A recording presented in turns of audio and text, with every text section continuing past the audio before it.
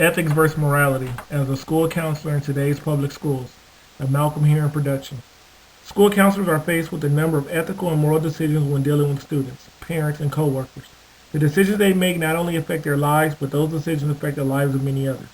The reason why so many lives are affected by the decisions of one individual is in relation to the population of their clientele. School counselors provide services for elementary, middle, and high school students. When dealing with that population comes a lot of legal responsibilities, ethical issues, and moral decisions. The school counselor not only has certain legal, ethical, and moral responsibilities to the student, the school counselors have legal, ethical, and moral responsibilities to the parents, guardians of those students. The job description of the school counselor reads in length of a mile wide and twice in size, but the responsibilities of the school counselors are infinite.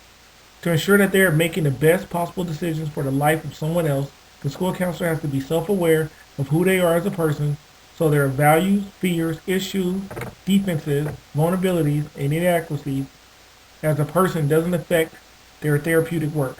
The school counselor is responsible for advocating for every child's academic, emotional, personal, social success in school. This task can be accomplished if the school counselor is in turmoil within him or herself. They, the school counselor, are expected to make clear and precise decisions within themselves before they help their student with their decisions.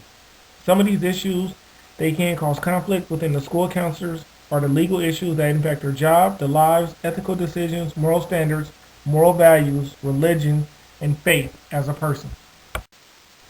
Before discussing the ethical and moral concerns of the school counselor, I think it is important that the role of the school counselor is understood.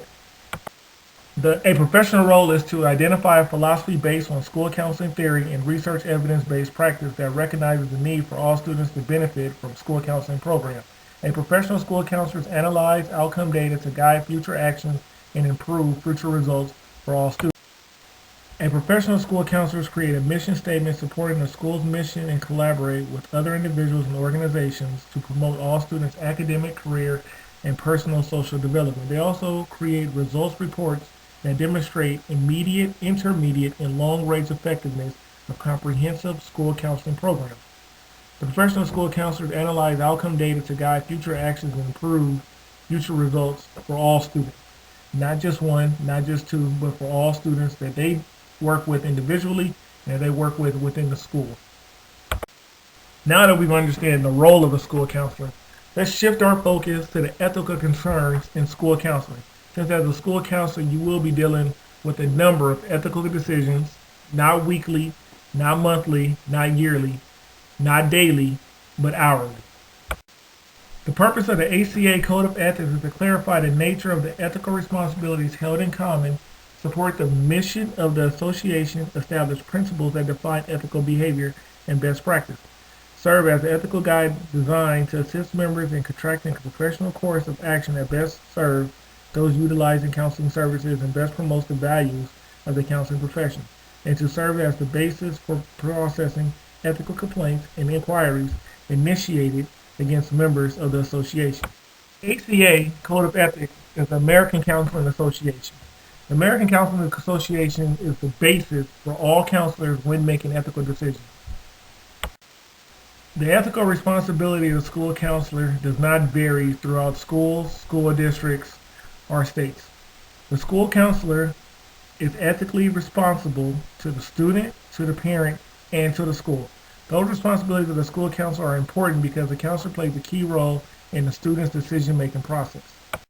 The ethical responsibility the school counselor has to the student is to ensure that each child is treated with dignity, respect as individuals, and to be concerned with the educational, academic, career, personal, and social needs of the student, respectful of students' values, beliefs, and cultural backgrounds, knowledge of laws, regulations, and policies relating to the students, to promote the welfare of individual students and collaborate with students to develop a plan so they can conceive.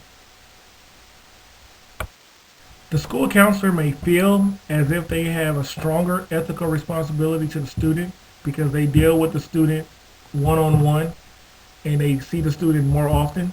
The school counselor has to be aware that they have an ethical responsibility not only to the student, but to the parent and to the school all equally. The ethical responsibility the school counselor has to the parents of their students is a bigger issue of concern than ethical responsibility the school counselor has to the student. When a school counselor is dealing with a parent, he or she has to be cautious of the student's right to privacy and confidentiality. They must adhere to all laws, local guidelines, and ethical standards of practice when assisting parents or guardians. One law that comes up a lot in the school counseling professionalism is the law regarding the extent of parental rights, but generally minors under 18, meaning they cannot legally provide informed consent for counseling. Because when a student is meeting with the counselor, anything that the student tells the counselor that might be harmful to themselves or harmful to another, the school counselor is ethically responsible and legally responsible to tell the parent.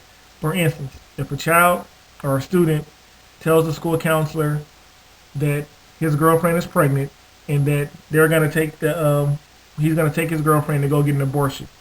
Legally, you cannot have an abortion if you're under 18, if you're a minor, without parent consent. And if another parent or another adult is going to take that daughter to go get an abortion, the school counselor has to say something to the parent. Again, it's legally and ethically right for them to say something. The ethical responsibility the school counselor has to the school is different from the responsibility he or she has to the parent or to the student. The ethical responsibility of the school coincides with the responsibility the school counselor has with the students and parents, even though it's different. The school counselor must be an active informant to appropriate officials in accordance with the school policy of conditions that can be disruptive or damaging to the school. Knowledgeable and supportive of the school mission, promote the school counselor's role and functions as students advocate in meeting the needs of those who serve. Now that we've discussed the ethical side of decision making, let's move over to the moral landscape of the school counselor. When dealing with the moral landscape of the school counselor, you have to think about the 6 pillars of character, which include trustworthiness, respect, responsibility, fairness, caring, and citizenship. The 6 pillars of character, I always like to start off with trustworthiness, which includes being honest, don't deceive, cheat, or steal, be reliable, do what you say or do, have the courage to do the right thing, build a good reputation, be loyal, stand by your family and friends. After trustworthiness, always think of respect. Treat others with respect, follow the golden rule, be tolerant and acceptable of differences, use good manners, not bad language, be considerate of the feelings of others, don't threaten, hit, or hurt anyone, deal peacefully with anger, insults, and disagreements. And also with responsibility. Responsibility is always a great topic in discussion when dealing with students. Always do your best. Use self-control, be self-disciplined, think before you act, consider the consequences, be accountable for your words and actions and attitudes. Set a great example, not just a good one. Students have a hard time understanding the word fairness. With the definition of fairness, play with others, take turns, share, be open-minded, listen to others, don't take advantage of others, don't blame others carelessly, treat all people fairly. And when dealing with the word fair, you have to install or understand that fair, every person is an individual, so being fair to one individual might look different to being fair to another individual. And last but not least, caring and citizenship. Caring, be kind, be compassionate, and show you care. Express gratitude, forgive others, and help people in need. Citizenship, cooperate, get involved in the community affairs, stay informed, vote, be a good neighbor, obey laws and rules, respect authority, protect the environment, and if you have time, volunteer. When dealing with school counseling, you always want to know the legal implications of your actions. While assessing your moral compass, the school counselor has to make informed decisions based on statutes, codes of ethics, professional standards, and clinical judgment. Legally, the school counselor has to know and understand their client's right to privacy, informed consent, duty to warn, and dual relationships.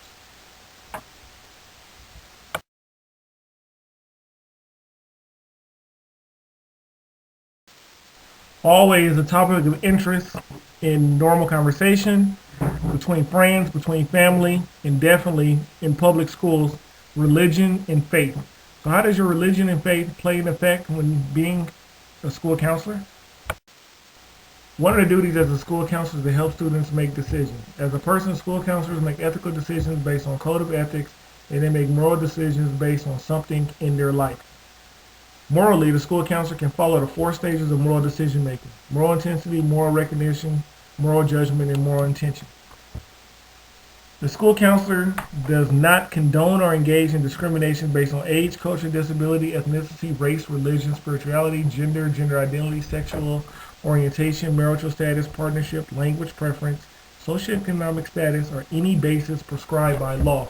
The school counselor has to be open and well open mentally and physically to all their students.